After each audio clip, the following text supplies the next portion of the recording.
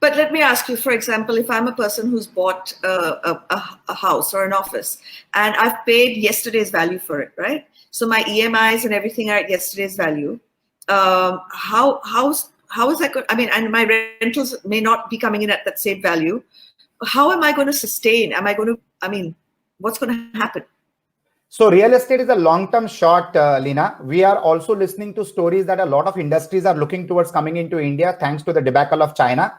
There are already 1,000 companies negotiating with the government to come into the country. Now, manufacturing base is going to be shifted to India, and this is not a assumption. This is a ground reality. It's going to be a fact. Some of the share is definitely going to be going to Indonesia, Vietnam, Malaysia, and some other countries. But India is going to get the lion's share. Now, when business moves to India, the first thing that it impacts is infrastructure. The second thing that it impacts is the real estate. So real estate prices will never go down. You have to just have the sustaining capability for a few months or say 2 or 3 years. But real estate has always been a long-term gain.